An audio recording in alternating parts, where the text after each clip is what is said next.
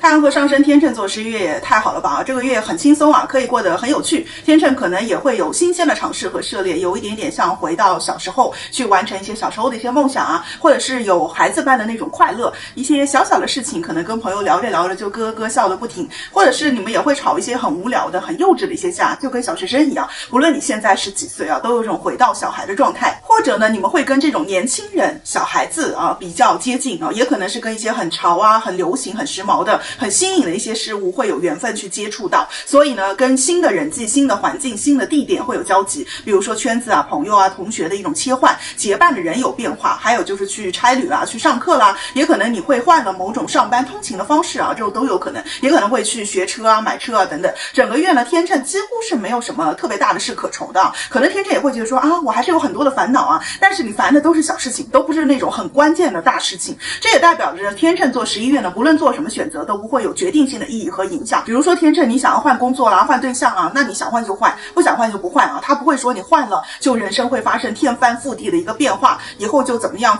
了啊，这个影响很重大，不会的啊，它是一种很短期的影响，就可以轻松一点去做选择即可。非要说一个11月份天秤要注意的点的话啊，那就是人际关系，因为天秤本身就是风象星座嘛，本来就很在意人际，那11月呢你们的人际是非常活跃的，频繁的出入到各类的社交场合，就算不是在线下啊，有的天秤它就是在线上很活跃，大家都不用见面的啊，但是聊得热火朝天的。比方说因为工作有很多的应酬啊，或者是有很多对外的联络啊，朋友运桃花运社交运都是很旺。那因为人际运很旺啊，一方面呢代表有什么事情天秤都能够找到人帮忙，别人都乐意帮你们啊，或者是推个荐你们，或者是有好事情都想着你们，也可能会给到天秤一些正向的引导和指引。那另一方面呢，天秤也可能会发现自己跟有一些人磁场不合，但这些人你又没办法不理会，可能因为你们在同一个空间同一个团体当中，或者是你接手了他的工作任务，也可能他接手你的，你们的业务课业有交叉，总之就是得有来往，没法避开不见。那这种情况就会让天秤有一点点小烦，你们可能会跟朋友讲类似就是说这个人好讨厌啊好贱啊好烦啊这种话，尤其是下旬啊，因为11月26日水星开始逆行了，水星逆行的影响呢下旬就会进入，所以呢对天秤的来说口舌和人际方面是需要注意的点。可能天秤会卷入到某些争端当中啊，也可能天秤你是看热闹的那一个，就有的天秤会不断的在11月份看到身边的人跟其他人吵架，身边人可能发火，而且是跟不同的人发火，但是整体上面来讲呢都不算特别严重，除了口舌之外，天秤也稍微注意一下，就是这种工作上犯小错啊破小财啊，外出也要稍微注意一点，但是刚刚说了啊，都不是什么特别大的一个影响。那下旬呢天秤除了对外的人际的热闹以外，也有机会回家啦，有家庭的聚会活动啊，或者是你会更多的照顾到家里面，不会外面很热闹就不顾家里了，或者说家人可能会照顾你，给你零花财啊，是一种相互的一个温暖，也是很好的。爱情桃花呢天秤本月脱单几率不高，虽然桃花很旺，但是呢天秤更多是在观察，通过跟对方的交流沟通去了解彼此是否适合。还有一种情况就是天秤这个时候不缺桃花，你身边会围绕不止一个桃花，所以呢可能天秤也没太想定下来跟其中某一个正式的去交往，就大家都是朋友，或者是朋友以上恋人未满的一个状态。有伴侣的天秤11月多少都要应付外面的人啊，你们本月不像是恋人关系，更像是朋友，甚至是合伙合租的这种室友啊，不太可能说你们两个能够天天的腻在一起，可能呢有各种的聚会，或者是一个人要去照这里，那个人要去忙那个啊，要顾到很多其他的一些人事，而且是比较现实当中的一些人事，实际的人事，感情当中也可能有很多外人的一个参与，这不是出轨的意思啊，而是说团体的活动，比如说本来是2个人旅行，或者说2个人要做一些什么事情，结果孩子啊父母啊朋友啊都跟着要一起了，就类似的这种没有什么特别大的问题，就是小吵怡情嘛。那美容健康方面呢，天秤11月减脂要靠朋友的监督和鼓励，那下旬要注意反弹啊，有一点点控制力没有上旬那么强，整体还是非常棒的一个月。那就祝所有的天秤座11月轻松自在，笑对人生，小小烦恼一会儿就好，生活各处满是甜味。太阳和上升白羊座11月学业读书考试的运变旺了，工作当中呢贵人运和长辈缘也开始提升，由内而外呢会散发出一种美和自信，不论是男生女生啊都会变漂亮，变得有魅力，很值得期待的一种改变会进行当中。可以说新的运从11月开始，不论工作生活，白羊座你们都会在11月提前步入2025年的节奏，不论你们之前在做什么事情啊，有没有做完它，11月份呢白羊座都会有新的事情开启，之前的事情会被快速的了结，或者是直接舍弃掉，去选一条新的路新的的人。那11月呢，会有大胆的冒险或者是尝试，很有野心的一些计划，或者是很敢想的一些愿望等等。